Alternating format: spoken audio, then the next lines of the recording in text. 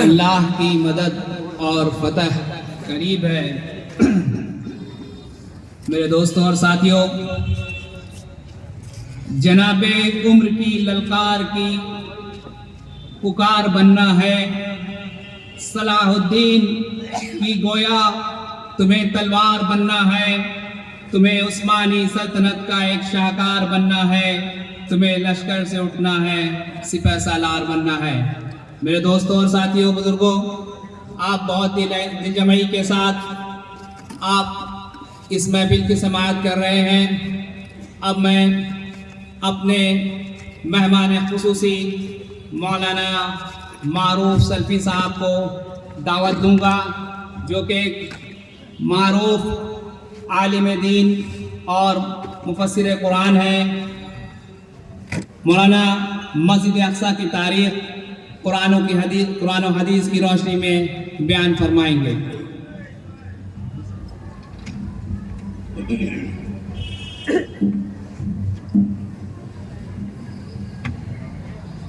السلام علیکم ورحمۃ اللہ وبرکاتہ۔ وعلیکم السلام ورحمۃ اللہ وبرکاتہ۔ السلام علیکم ورحمۃ اللہ وبرکاتہ۔ وعلیکم السلام ورحمۃ اللہ وبرکاتہ۔ سلام کا جواب دینے میں بخیلی مت کیجیے، سلامتی میں آپ بھی رہیے گا، ہم بھی رہیں گے، اور پھر سلامتی کا ماحول بنے گا۔ الحمد للہ رب العالمین والصلاة والسلام علی اشرف الانبیاء والمرسلین نبینا محمد وعلی آلہ واصحابہ اجمعین۔ اعوذ باللہ من الشیطان الرجیم، بسم اللہ الرحمن الرحیم۔ سبحان الذي أسرى بعبده ليلا من المسجد الحرام إلى المسجد الأقصى الذي باركنا حوله لنريه من آياتنا إنه هو السميع البصير۔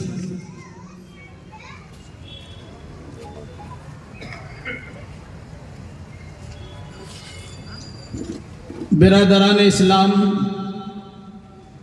نوجوانان اسلام، عزیزان اسلام اور خواتین اسلام،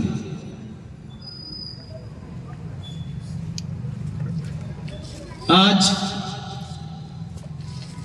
جس کانفرنس میں آپ شریک ہیں اس کا نام ہے مسجد اقصیٰ کانفرنس۔ مسجد اقصیٰ کیا ہے، اس کی تاریخ کیا ہے، اس کی فضیلت کیا ہے، اور مسلمانوں کا مسجد اقصیٰ سے رشتہ کیا ہے؟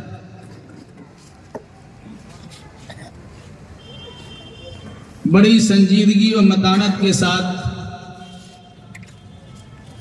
اس بات کو سماعت کیجیے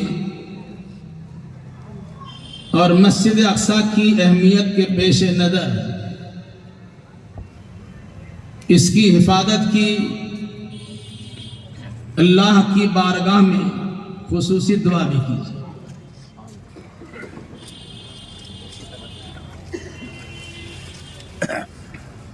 مسجد اقصیٰ کو تین نام سے جانا جاتا ہے: بیت المقدس، القدس اور مسجد اقصیٰ۔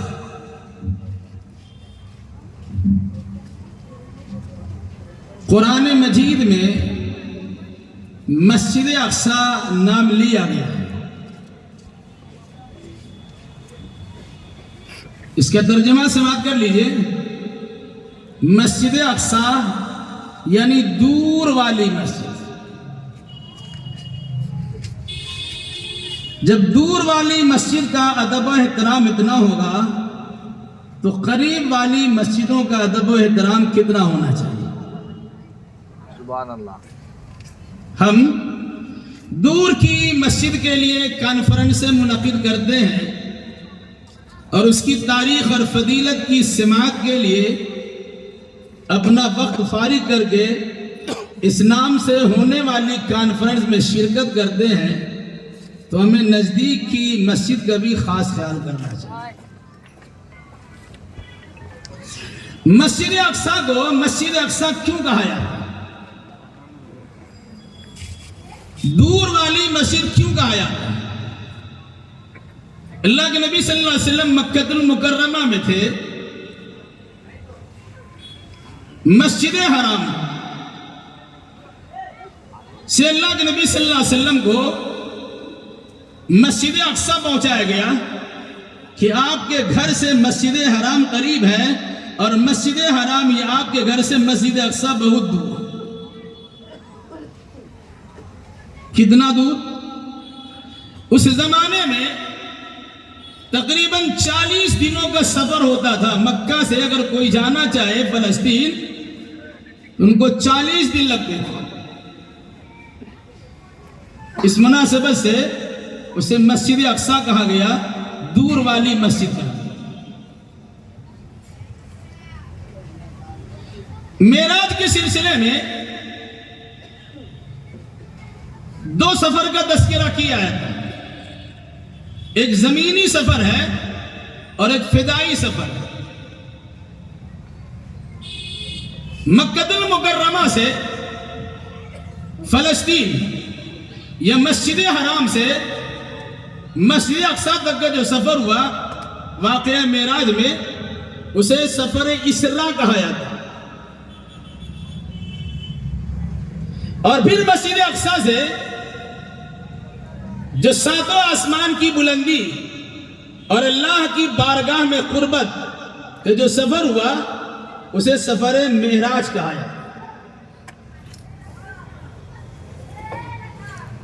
اندازہ لگائیے، جو سفر 40 دنوں میں طے ہوتا تھا، ایسا لگتا ہے کہ اس سفر کو 40 سیکنڈ میں اللہ تبارک و تعالیٰ نے پایہ تکمیل تک پہنچا دیا۔ یہ بات بھی یاد رکھیے، اللہ قادر مطلق ہے۔ اللہ جبریل کو عرش معلیٰ کے پاس سے بھیجتا ہے تو مکہ المکرمہ میں ان کا نزول ہوتا ہے۔ کیا وہ اللہ رسول امین کو مکہ المکرمہ سے اٹھانا چاہتا اور عرش معلیٰ تک پہنچانا چاہتا؟ وہ پہنچا نہیں سکتے تھے۔ آخر کیا وجہ ہے کہ آپ کے سفر کو 2 حصوں میں بانٹا گیا؟ ایک سفر زمینی کرایا گیا کہ مسجد حرام سے مسجد اقصی پہنچایا جائے، اور دوسرا سفر مسجد اقصی سے عرش معلیٰ تک کرایا جائے۔ اس وجہ کو سمجھیے، مسجد اقصی کی اہمیت کا اندازہ ہو جائے۔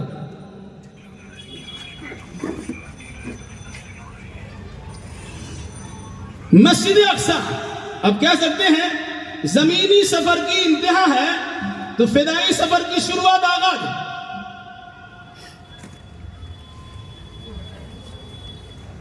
اللہ نے وہاں سے سفر کرا کر یہ تاثر دینا چاہا ہے کہ لوگوں، تم جس نبی کا کلمہ پڑھ رہے ہو وہ صرف بنی اسماعیل کے نبی نہیں ہے، وہ بنی اسرائیل کے بھی نبی ہے۔ یہ در حقیقت ابراہیم علیہ السلام کی وراثت کی امین ہے۔ ابراہیم علیہ السلام کی دونوں نسل ہیں۔ اگر فلسطین اور شام کے علاقہ میں حضرت اسحاق کے ذریعے سے آباد نسل ہے تو ان کے مقابلے مکہ المکرمہ حجاز وغیرہ میں محمد الرسول اللہ صلی اللہ علیہ وسلم کی شکل میں حضرت اسماعیل سے لے کے اللہ کے نبی صلی اللہ علیہ وسلم، اور پھر اس کے بعد آپ کہہ سکتے ہیں کہ بنی اسماعیل کی نسل ہے، یا اسماعیل کی نسل ہے بنی اسماعیل کی شکل۔ گویا وہاں پہنچا کر بنی اسماعیل کا بھی نبی بنایا گیا، بنی اسرائیل کا بھی نبی بنایا گیا۔ اور اسی پر بس نہیں، بلکہ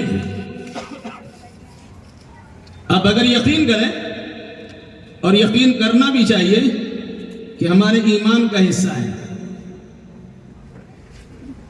کہ محمد الرسول اللہ صلی اللہ علیہ وسلم صرف بعد والوں کے لیے نبی ہے نہیں ہے، بلکہ اپنے سے پہلے والوں کے بھی نبی ہے۔ جن جن قوموں میں نبی بھیجے گئے ان نبیوں کے نبی ہوئے، اور نبیوں کے نبی ہی نہیں، وہ امام الانبیاء والمرسلین۔ یہ پتہ ہے کہاں ہوئے؟ وہ مکہ المکرمہ میں نہیں، وہ مدینہ نبی میں نہیں، مسجد حرام میں نہیں، اور مسجد نبی میں نہیں، بلکہ اسی مسجد اقصی میں اللہ کے نبی صلی اللہ علیہ وسلم نے کم و بیش 1.25 لاکھ انبیاء کرام علیہ السلام کی امامت کی ہے۔ سارے نبی اللہ کے نبی کے اقتداء میں نماز پڑھی ہے۔ مسجد اقصی کی خصوصیت ہے، آپ کہہ سکتے ہیں دنیا کے کسی جگہ پر سارے نبیوں نے بیک وقت نماز نہیں پڑھی ہوگی۔ یہ مسجد اقصی کی خصوصیت ہے کہ اللہ نے سارے نبیوں کو وہاں جمع کر دیا، سب نبیوں نے ایک ساتھ نماز پڑھی، اور تمام نبیوں کی امامت امام الانبیاء محمد الرسول اللہ صلی اللہ علیہ وسلم نے۔ کیا سمجھ میں آیا؟ سارے نبیوں کا امام جب ہمارے نبی ہوئے، ان کا مقام کیا ہوا؟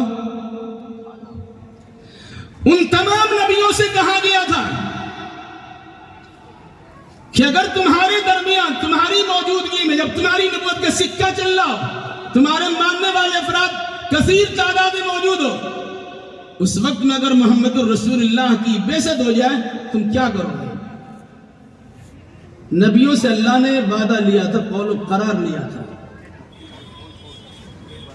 پھر قرآن نے کہا لَتُؤْمِنُنَّ بِهِ وَلَتَنْصُرُنَّهُ، تم ان پر ایمان بھی لاؤ گے اور ان کی مدد بھی کرو گے۔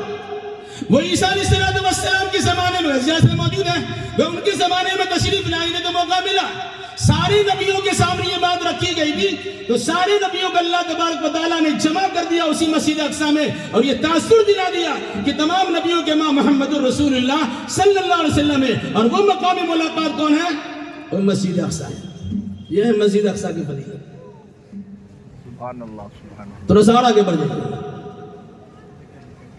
یہ تو مکہ میں کام ہو گیا، یعنی مکی دور میں کام ہو گیا۔ اب مدینہ پہنچے،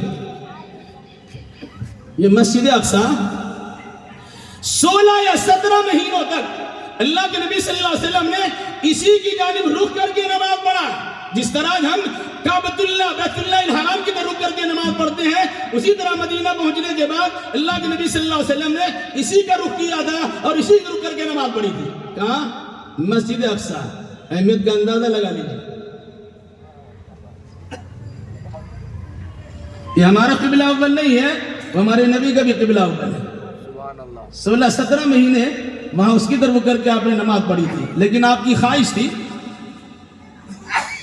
بار بار آسمان کی طرف دیکھتے، اللہ سے پورا امید ہوتے کہ الہی بیت اللہ کو خانہ کعبہ قبلہ بنا دے، تو قرآن نے اس مسئلے کو بھی حل کر دیا۔ اچھا یہ بتائیے کہ مسجد اقصی کی طرف اللہ کے نبی صلی اللہ علیہ وسلم نے رخ کیوں کیا تھا؟ صرف دیکھنے کے لیے؟ نماز میں رخ کیا تھا۔ بھائی نماز پڑھتے ہیں تو آپ کی پیشانی جہاں ٹکتی ہے، آپ کی نگاہ وہاں جمتی ہے، رخ کعبۃ اللہ کی طرف ہو یا شروع میں رخ ہے مسجد اقصی کی طرف ہو، آپ تو وہاں دیکھتے نہیں ہیں، آپ ادھر رخ کرتے ہیں، لیکن آپ کی نگاہ تو ہوتی ہے سجدے کی جگہ پر۔ اس میں نماز میں اب کہیں بھی کچھ رہیے، لیکن جب نماز پڑھتے تو اللہ کے نبی صلی اللہ علیہ وسلم نے اس کی جانب رخ کیا ہے، تو اس مسجد کا تعلق گویا نماز سے۔ اگر ہم مسجد اقصی کانفرنس کرتے ہیں اور اس مجلس میں شرکت کرتے ہیں تو تمام سامعین و سامعات کی ذمہ داری ہے کہ مسجد اقصی کو جس بنیاد پر قبلہ اول کہا جاتا ہے اس نماز کی پابندی ہمیں کرنا بھی ہے اور گھر کے لوگوں کو پابند بنانا ہے۔ رہا مسجد اقصی کی تعمیر کا مسئلہ، 3 باتیں اس سلسلے میں ہیں۔ بعض کا قول یہ ہے کہ مسجد اقصی اور مسجد حرام یعنی کعبۃ اللہ خانہ کعبہ اور مسجد اقصی کو فرشتوں نے بنایا۔ بعض میں ہے کہ ان دونوں کو حضرت آدم نے بنایا، اور بعض کا قول ہے کہ ان دونوں کو حضرت ابراہیم نے بنایا۔ تاریخ یاد رکھیے گا، بخاری و مسلم کی بالکل صحیح حدیث، ایک صحابی نے اللہ کے نبی صلی اللہ علیہ وسلم سے دریافت کیا مجمع صحابہ میں، یا رسول اللہ وہ کون سی مسجد ہے جو روئے زمین پر سب سے پہلے بنائی گئی؟ آپ نے فرمایا وہ مسجد حرام یعنی کعبۃ اللہ۔ پھر صحابہ نے پوچھا، یا رسول اللہ اس کے بعد؟ کیا اس کے بعد مسجد اقصی ہے؟ تیسرا سوال ہوا، یا رسول اللہ مسجد حرام اور مسجد اقصی کے درمیان فاصلہ کتنا ہے؟ تو آپ نے فرمایا 40 سال کا فاصلہ، یعنی پہلے خانہ کعبہ بنا اور اس کے 40 سال کے بعد مسجد اقصی بنا۔ پہلی مسجد مسجد حرام، دوسری مسجد مسجد اقصی۔ فضیلت کے طور پہ یہ بات یاد رکھیے، پوری دنیا میں کہیں بھی آپ ثواب کی نیت سے سفر نہیں کر سکتے ہیں سوائے 3 مسجدوں کے، لا تشد الرحال الا الى 3 مساجد۔ جس سفر میں آپ کو ثواب ملے گا، اس سفر میں جس میں آپ کو ثواب ملے گا وہ صرف 3 سفر ہے، مسجد حرام کا سفر کیجئے، مسجد نبی کا سفر کیجئے اور مسجد اقصی کا سفر کیجئے۔ اس کے علاوہ کسی مسجد کے سفر کرنے کی عادت نہیں ہے، اب جائیے لیکن سوچئے گا ثواب ملے گا، وہ ثواب کا مسئلہ ہے۔ تھوڑا اور آگے بڑھتے ہیں، مسجد حرام میں نماز کا ثواب، مسجد نبی میں نماز کا ثواب اور مسجد اقصی میں نماز پڑھنے کا ثواب۔ کوئی انسان مسجد حرام میں 1 وقت کی نماز پڑھتا ہے، 1 رکعت پڑھ لی مان لیے یا 1 وقت پڑھ لی، دوسری مسجدوں میں 1,00,000 وقت کے نماز پڑھنے کے برابر ثواب ملتا ہے۔ کہاں؟ مسجد حرام۔ مسجد نبی سے متعلق 2 بات، ایک تو یہ ہے کہ 50,000 کا ثواب ملتا ہے، لیکن یہ روایت ضعیف ہے۔ مسلم شریف کی صحیح حدیث ہے کہ 1,000 کا ثواب ملتا ہے دوسری مسجدوں کے مقابلے میں اگر کوئی انسان مسجد نبی میں نماز پڑھتا ہے مسجد حرام کو چھوڑ کر، دوسری مسجدوں کے مقابلے میں 1 وقت کی نماز کا ثواب 1,000 وقت کی نماز کے برابر ہے۔ اور رہا مسجد اقصی، تو مسجد اقصی سے متعلق بھی 2 بات ہے۔ ایک روایت بھی ہے کہ مسجد اقصی میں جو انسان نماز پڑھے گا 1 وقت، اس کو 500 وقت کی نماز پڑھنے کا ثواب ملے گا مسجد نبی اور مسجد حرام کو چھوڑ کر دوسری مسجدوں کے مقابلے میں۔ لیکن زیادہ صحیح بات یہ ہے، جسے مسند احمد وغیرہ میں تفصیل کے ساتھ ذکر کیا گیا کہ اللہ کے نبی صلی اللہ علیہ وسلم سے صحابہ نے پوچھا وہاں نماز پڑھنے کا ثواب کیا ہے، تو آپ نے فرمایا کہ مسجد اقصی میں جو نماز پڑھی جاتی ہے اس کے بالمقابل اس کا 4 گنا ثواب مسجد نبی ملتا ہے، اور مسجد نبی میں ثواب جب 1,000 کا مل رہا ہے تو مسجد اقصی میں ثواب کتنا ہوگا؟ 250 نماز۔ یہ ہے مسجد اقصی کی ایک فضیلت، میں 2-3 منٹ آپ کر لیں۔ مسجد اقصی لوگ کہتے ہیں کہ یہودیوں کا قبضہ اس پر ہونا چاہیے کہ انہی کے آباء و اجداد سے یہ جڑا چلا رہا ہے۔ عیسائیوں کا دعویٰ بھی صحیح ہوگا، یہودیوں کا دعویٰ بھی صحیح ہوگا، کیونکہ یہ بنی اسرائیل کے افراد حضرت یعقوب علیہ السلام کی اولاد جن کو اسرائیل کہا جاتا ہے، انہیں وہی آباد، ان کے باپ کو وہی آباد کیا گیا تھا۔ حضرت ابراہیم علیہ السلام جب ہجرت کر کے تشریف لائے اور اللہ تبارک و تعالیٰ سے دعا کی درخواست کی، اولاد کی بھیک مانگی، تو پہلا لڑکا ملا حضرت اسماعیل، دوسرا لڑکا ملا حضرت عیسیٰ۔ حضرت اسماعیل بڑا لڑکا، ان کو آباد کیا مسجد یعنی حجاز میں، مکہ المکرمہ وغیرہ میں، اور حضرت اسحاق کو آباد کہاں کیا؟ اسی شام اور فلسطین کے علاقے، انہی کی نسل ہے تو قبضہ تو ان کا ہونا چاہیے۔ اور جس قسم کے خلجان پیدا کرنے کی کوشش کی جاتی ہے، لیکن میں ایک حقیقت کو سمجھانا چاہتا ہوں، یہ یہودی جن کا دعویٰ ہے کہ موسیٰ علیہ السلام کی شریعت کے پابند ہیں. لیکن آپ کو معلوم ہے جب فرعون کے ظلم و استبداد سے موسیٰ و بنی اسرائیل کو مصر میں نجات مل گئی اور موسیٰ علیہ السلام ہجرت کر کے اسی فلسطین کی طرف جا رہے تھے، انہی بنی اسرائیل سے موسیٰ علیہ السلام نے کہا تھا ارض مقدس میں داخل ہونا ہے، لیکن انہیں پتا تھا کہ یہاں سرکش قسم کے لوگ ہیں، جبارین قسم کے لوگ ہیں، کڑیل قسم کے لوگ ہیں، اڑیل قسم کے لوگ ہیں، ان کا مقابلہ نہیں کر سکتے. تو بنی اسرائیل نے موسیٰ علیہ السلام سے کیا کہا؟ لن ندخلا، ہم اس میں داخل نہیں ہو سکتے، ہمارے پاس ہمت نہیں ہے. پتہ آپ کو موسیٰ علیہ السلام جیسا جلیل القدر پیغمبر جن کی کوشش اور دعاؤں کے نتیجے میں اللہ تبارک و تعالیٰ نے بنی اسرائیل کو فرعون کے ظلم استبداد سے نجات دے دیا، پھر وہی نبی جب حضرت موسیٰ علیہ السلام بنی اسرائیل سے کہتے ہیں کہ چلو فاتحانہ شان سے ارض مقدس فلسطین میں داخل ہوتے ہیں، تو قوم کے لوگوں نے داخلے سے انکار کر دیا. اور اس انکار کا انجام کیا جانتے کیا ہے؟ فَإِنَّهَا مُحَرَّمَةً عَلَيْهِمْ 40 سَنَةً، ارض مقدس کو ان بنی اسرائیل پہ 40 سال کے لیے داخلے پر پابندی لگا دی گئی، حرام ہے، داخل ہی نہ ہو سکتے. ان یہودیوں کا اس فرد فلسطین سے کیا تعلق کہ جس نبی نے اسے آزادی دلائی تھی، ان کے کہنے کے نتیجے میں انہیں چلے جانا چاہیے تھا، لیکن وہ جانے کے لیے تیار نہیں ہوئے، اور نتیجے میں 40 سال میدان ٹی میں ٹامک چوئیاں مارتے رہ گئے، اور وہی حضرت موسیٰ علیہ السلام اور حضرت ہارون کی وفات بھی ہو گئی. تو آخر مسلمانوں کا دعویٰ اس پر کیوں ہے؟ مسلمان کا کیسے ہوگا؟ بھائی یہودی کہتے ہیں ہمارا ہے، عیسائی کہتے ہیں ہمارا ہے، پھر عیسائی اور یہودی میں اختلاف ہے. مکان شرقی یا مشرقی علاقہ عیسائیوں کا مقدس ہے، تو مغربی علاقہ یہودیوں کا مقدس ہے. رہا مسلمان کا معاملہ، مسلمان کو اللہ تبارک و تعالیٰ نے یہ مقام کیوں دیا؟ اور یہ قرآن ان اول الناس بابراہیم للذین اتبعوہ وہذا النبی.